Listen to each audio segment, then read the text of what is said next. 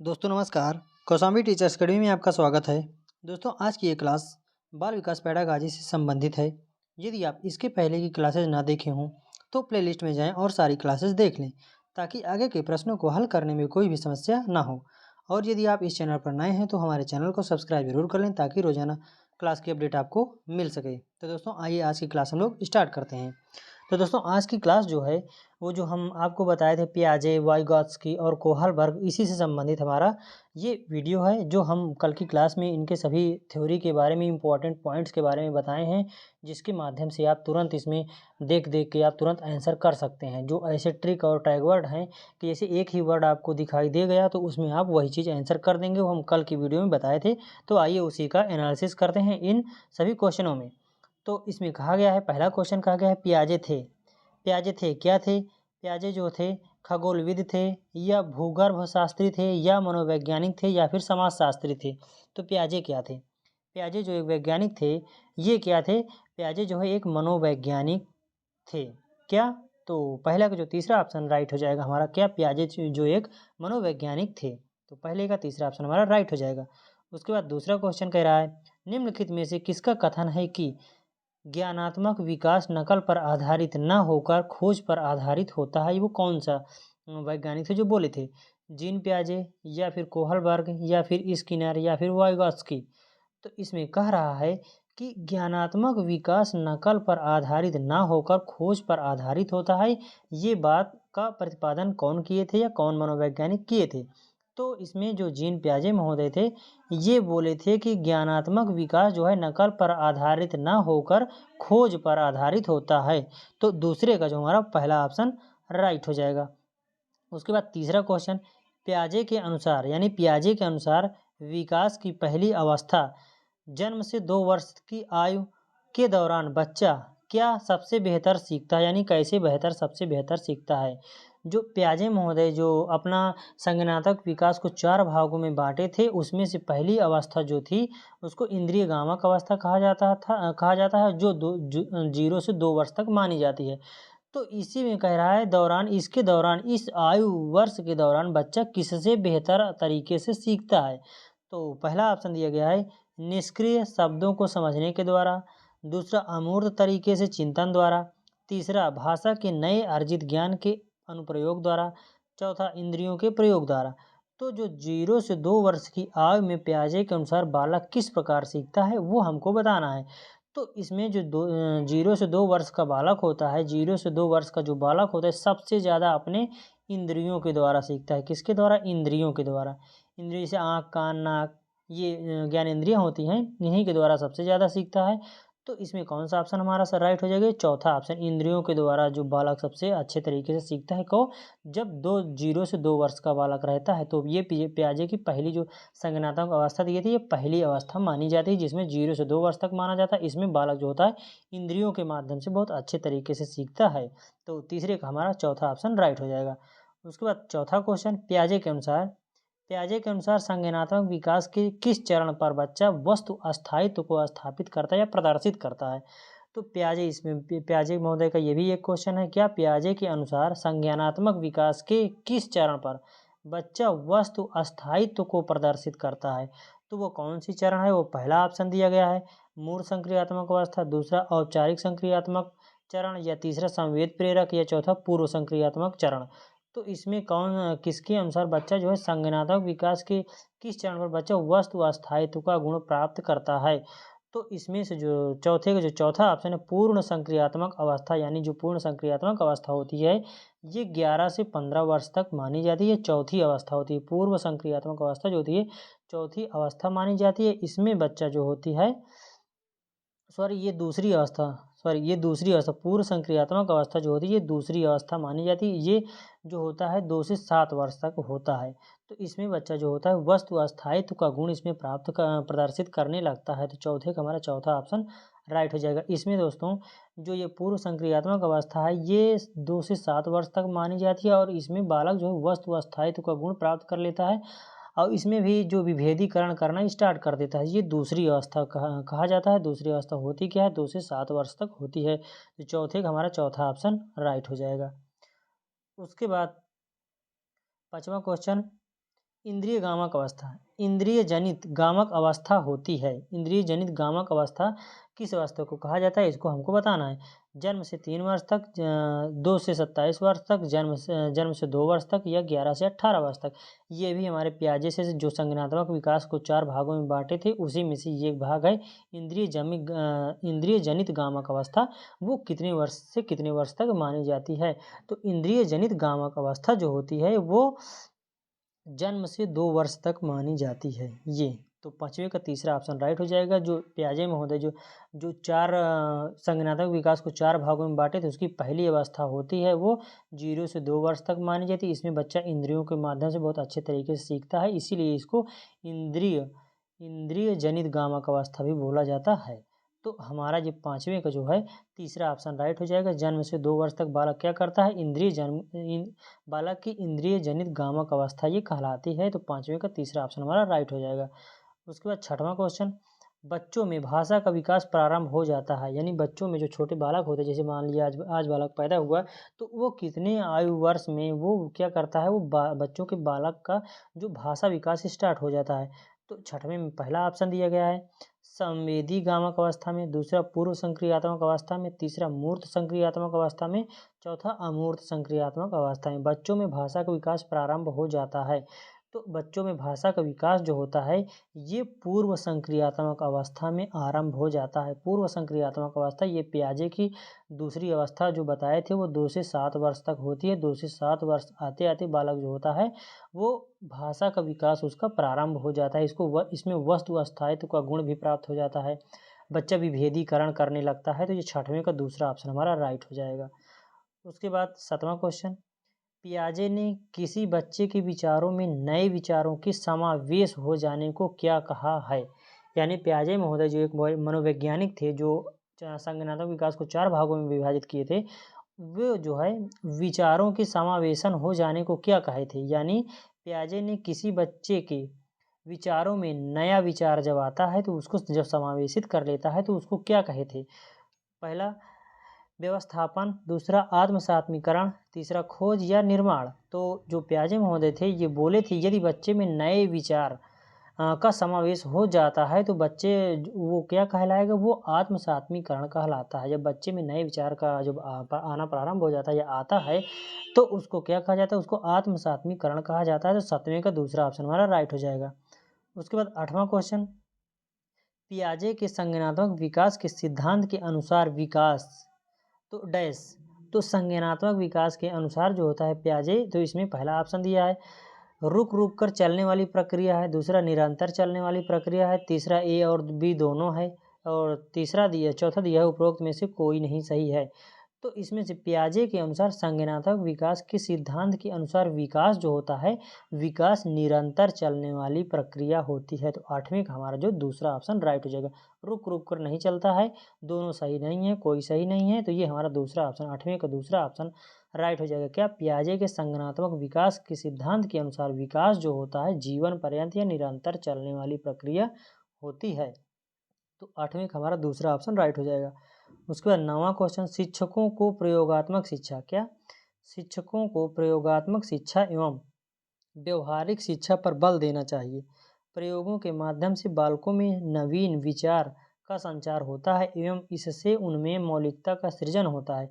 निम्नलिखित में से यह कथन किससे संबंधित है या संबंधित है? तो इसमें पहला ऑप्शन दिया है पियाजे के संज्ञानात्मक विकास के शैक्षिक महत्व से, दूसरा वाइगॉत्स्की के सामाजिक विकास के सिद्धांत से, और तीसरा ऑप्शन दिया है कोहलबर्ग के नैतिक विकास के सिद्धांत से, और चौथा ऑप्शन उपरोक्त में से कोई नहीं या किसी से नहीं। तो इसमें कौन सा सही हो जाएगा? तो इसमें जो क्वेश्चन दिया गया है इसमें बोला गया है व्यवहारिक, यानी शिक्षकों को प्रयोगात्मक शिक्षा एवं व्यवहारिक शिक्षा पर बल देना चाहिए। प्रयोगों के माध्यम से बालकों में नवीन विचार का संचार होता है, यानी जब जैसे प्रयोग करेंगे बालक तो उसमें नए विचार का संचार होता है एवं इसमें उनसे मौलिकता का सृजन होता है। उनमें जो है मौलिकता का सृजन होता है। निम्न में से यह कथन किससे संबंधित है? तो यह कथन जो है पियाजे महोदय जी से संबंधित है। तो 9वें का पहला ऑप्शन हमारा राइट हो जाएगा। क्या? पियाजे के संज्ञानात्मक विकास के शैक्षिक महत्व से ये संबंधित है। तो पहला ऑप्शन हमारा राइट हो जाएगा। उसके बाद 10वां क्वेश्चन, बच्चों के विकास से संबंधित निर्माण एवं खोज का सिद्धांत निम्नलिखित में से किसने दिया?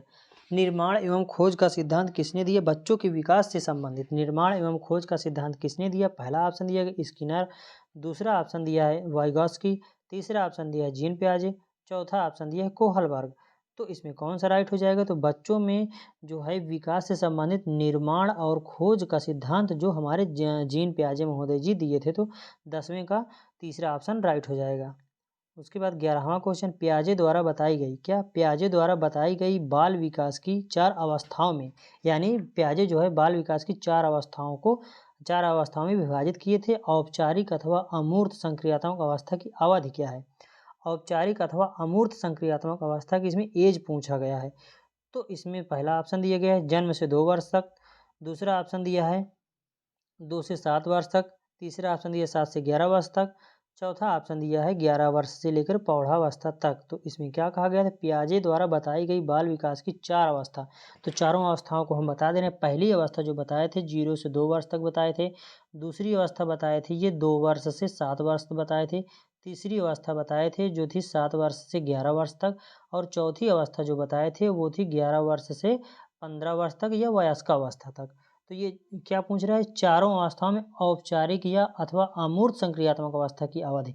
तो औपचारिक पहला होता है ये पहला है इसका नाम दिया गया था इंद्रियगामक अवस्था, दूसरे का नाम दिया गया था पूर्व संक्रियात्मक अवस्था, तीसरे का नाम दिया गया था मूर्त संक्रियात्मक अवस्था, और चौथे का जो नाम दिया गया था दोस्तों वो अमूर्त संक्रियात्मक अवस्था नाम दिया गया था। तो इसमें क्या बोल रहा है? अमूर्त संक्रियात्मक अवस्था, यही चौथा, क्या 11 से 15 वर्ष तक। तो इसमें कौन सा दिया गया है? इसमें 11 वर्ष से लेकर प्रौढ़ावस्था तक है, तो यही हमारा राइट आंसर हो जाएगा। तो इसमें पियाजे द्वारा बताई गई बाल विकास की 4 अवस्थाओं में औपचारिक अथवा अमूर्त संक्रियात्मक अवस्था की अवधि क्या है? तो 11 वर्ष से लेकर प्रौढ़ावस्था तक होती है। तो 11वें का हमारा चौथा ऑप्शन राइट हो जाएगा। उसके बाद 12वां क्वेश्चन, वातावरण के अनुसार स्वयं को ढालना कहलाता है, यानी वातावरण के अनुसार जब स्वयं को आप ढाल लेंगे तो वो क्या कहलाता है? पहला समीकरण, दूसरा समायोजन, तीसरा अनुकूलन, चौथा सहकारिता। तो जब वातावरण के अनुसार आप स्वयं को उसी प्रकार ढाल लेते हैं तो वो अनुकूलन कहलाता है। तो 12वें का तीसरा ऑप्शन हमारा राइट हो जाएगा। उसके बाद 13वां क्वेश्चन, कोहलबर्ग के द्वारा प्रस्तावित निम्नलिखित चरणों में से प्राथमिक विद्यालयों के बच्चे किन चरणों का अनुसरण करते हैं? तो कोहलबर्ग के द्वारा प्रस्तावित निम्नलिखित चरणों में से प्राथमिक विद्यालय के बच्चे किन चरणों का अनुसरण करते हैं?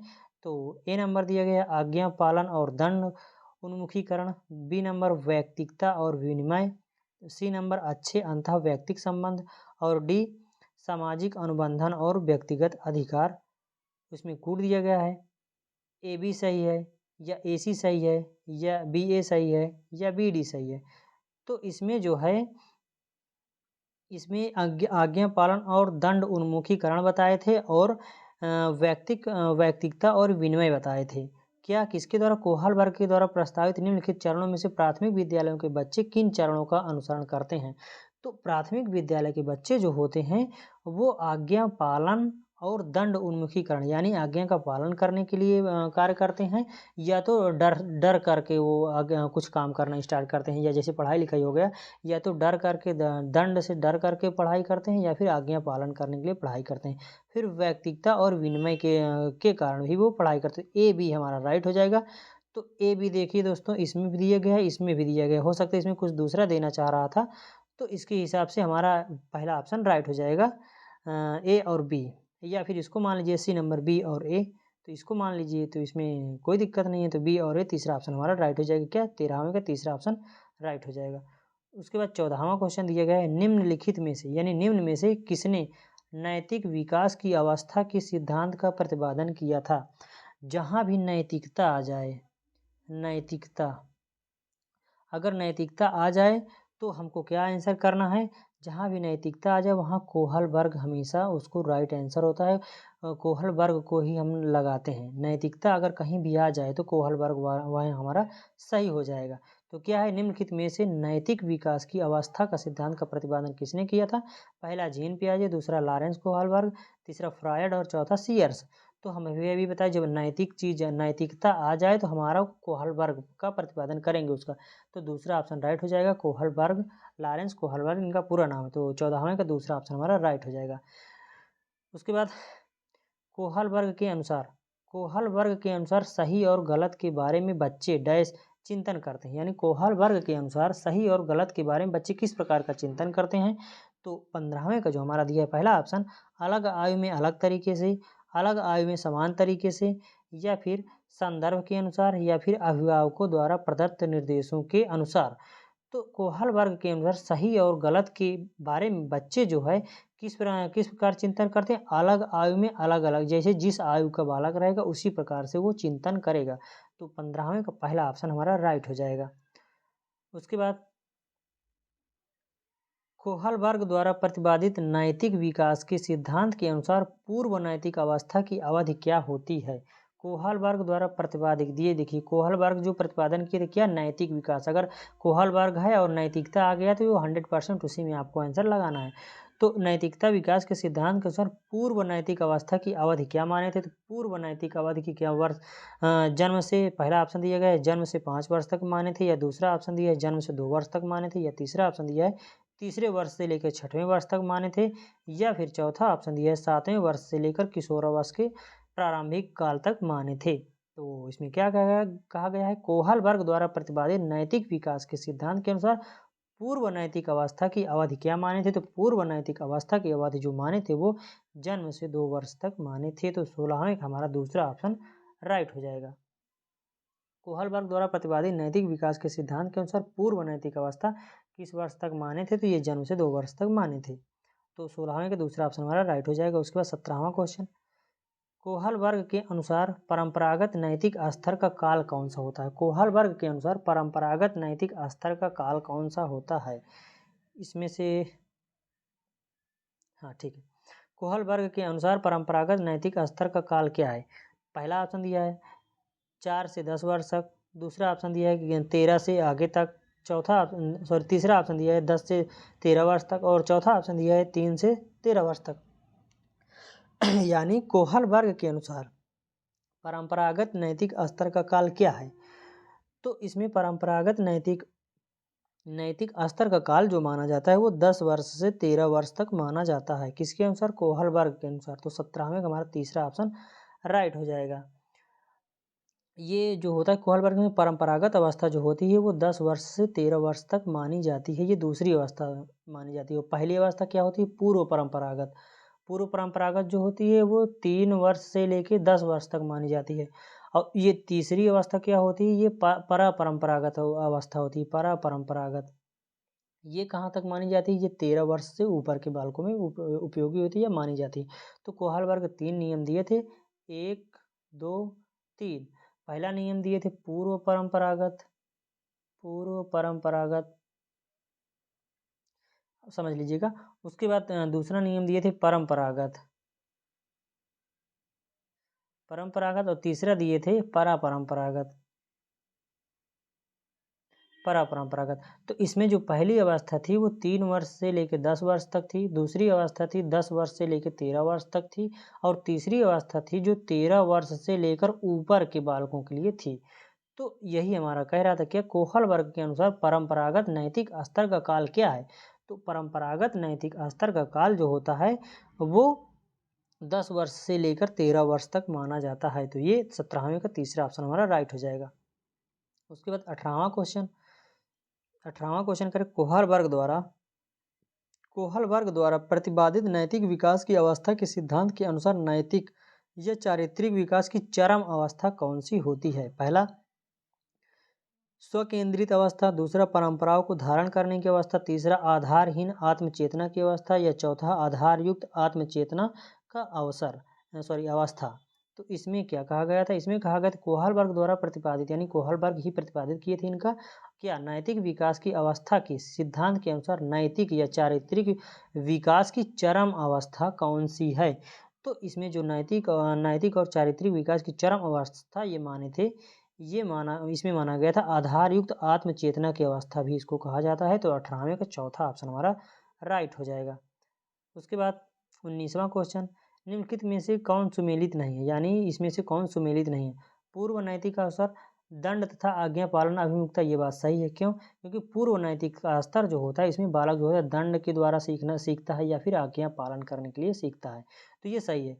परंपरागत नैतिक स्तर अधिकार संरक्षण उन्मुखीकरण, तो अधिकार संरक्षण उन्मुखीकरण ये भी बात सही है। जो परंपरागत अवस्था होती है इसमें अधिकार संरक्षण का उन्मुखीकरण पाया जाता है बालक में। ये दूसरी अवस्था होती है जो प्याजे महोदय कोहलबर्ग जी दिए थे, जो बालक की दूसरी अवस्था दिए थे। ये 10 से 13 वर्ष तक मानी जाती है। इसको परंपरागत नैतिक स्तर बोला जाता है या परंपरागत अवस्था बोला जाता है।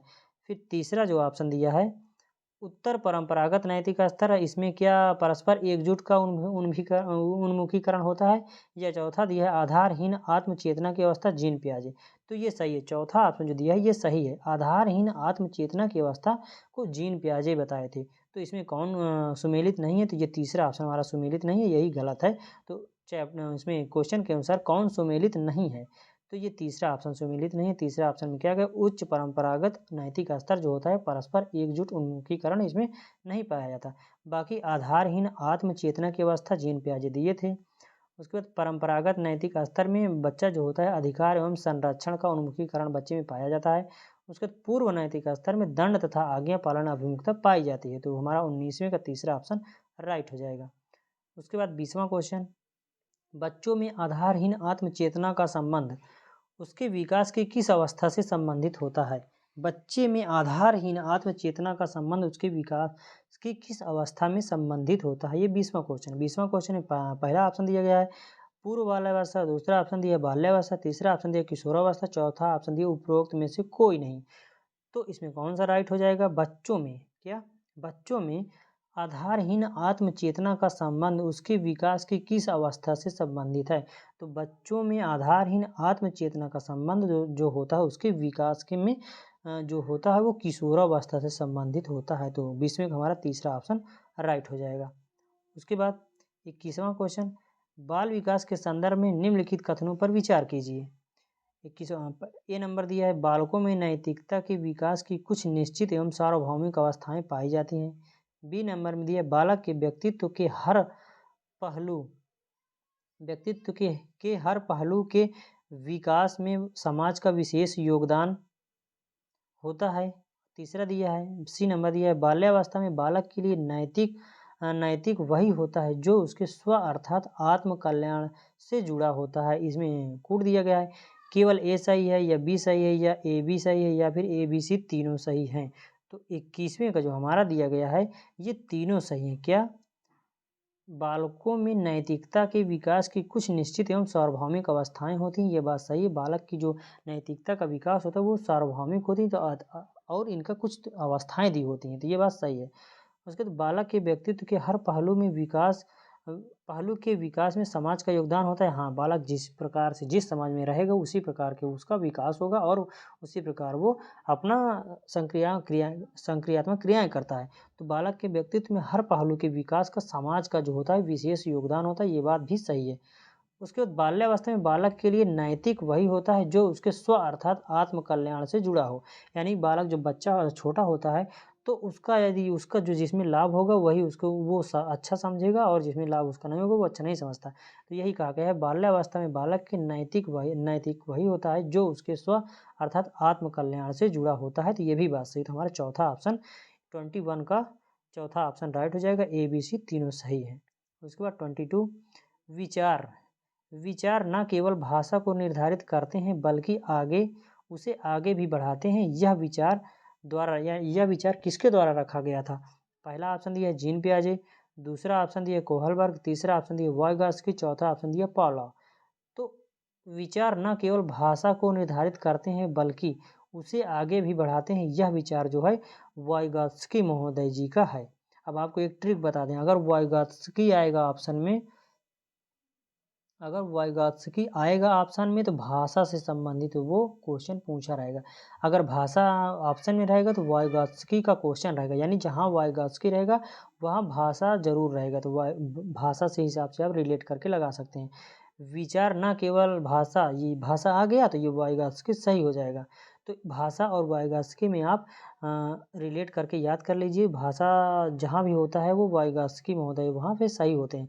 विचार न केवल भाषा को निर्धारित करते हैं बल्कि उसे आगे भी बढ़ाते हैं। यह विचार वायगास्की द्वारा रखा गया था। 22वें का हमारा तीसरा ऑप्शन राइट हो जाएगा। यहाँ पे बता देते जीन पियाजे परस्पर अंतःक्रिया। परस्पर जब अंतःक्रिया करेगा बालक तो वहाँ जीन पियाजे सही होता है। अगर नैतिकता का विकास हो रहा है, नैतिकता का विकास हो रहा है तो कोहलबर्ग सही होगा। और अगर भाषा विकास हो रहा है तो वायगास्की सही हो जाएगा। तो भाषा को निर्धारित करने वाले व्यक्ति हैं बल्कि उसे आगे भी बढ़ाते हैं, तो ये क्या हो जाएगा, वायगास्की सही हो जाएंगे। तो 22 का तीसरा ऑप्शन हमारा राइट हो जाएगा। निम्नलिखित में से किसने सामाजिक विकास का सिद्धांत दिया? सामाजिक विकास का सिद्धांत क्या? पियाजे, दूसरा कोहलबर्ग, तीसरा वायगास्की और चौथा टेलर। तो इसमें क्या सही हो जाएगा? 23 का जो हमारा सही है तीसरा ऑप्शन। सामाजिक विकास का सिद्धांत ये भी क्या वायगास्की महोदय जी दिए थे। अगर सामाजिक वर्ड भी कहीं दिख जाए तो वो वायगास्की से ही रिलेटेड रहता है, तो उसमें वायगास्की सही रहेंगे। तो सामाजिक विकास का सिद्धांत किसने दिया? वायगास्की। समाज से संबंधित जो विकास दिए थे वो वायगास्की दिए थे। इसकी एक ट्रिक है, अगर समाज और सामाजिक विकास पूछ रहा है और ऑप्शन में वायगास्की है तो 100% वायगास्की ही सही हो जाएंगे। तो 23 का हमारा तीसरा ऑप्शन राइट हो जाएगा। उसके बाद 24 क्वेश्चन, निम्नलिखित में से किसने बच्चे की अंतःक्रियाओं को उसके विकास का मूल आधार माना? यानी कौन से ऐसे मनोवैज्ञानिक थे जो बच्चों की अंतःक्रियाओं को उसके विकास का मूल आधार माना? ए नंबर दिया है लॉरेंस कोहलबर्ग, बी नंबर लियो वायगास्की, सी नंबर जीन पियाजे और डी नंबर स्किनर। तो 24 में हमारा जो हो जाएगा क्या हो जाएगा? लियो वायगास्की। ये क्या किए थे? निम्नलिखित में से किन से बच्चों की अंतःक्रियाओं को उसके विकास का मूल आधार माना था? बच्चे की अंतःक्रियाओं के विकास का मूल आधार कौन माने थे? तो ये माने थे लियो वायगास्की। ठीक, तो परस्पर अंतःक्रिया वायगास्की, परस्पर अंतःक्रिया वायगास्की, इससे आप रिलेट करके याद कर सकते हैं। परस्पर अंतःक्रिया वायगास्की, ये हमारा 24 का दूसरा ऑप्शन राइट हो जाएगा। दोस्तों आज हम लोग यहीं तक करते हैं। हमारा वीडियो कैसे लगा आप कमेंट बॉक्स में कमेंट कर सकते हैं और रोजाना क्लास की अपडेट पाने के लिए हमारे चैनल को सब्सक्राइब कर लीजिए ताकि रोजाना क्लास की अपडेट आपको मिल सके। धन्यवाद, जय हिंद।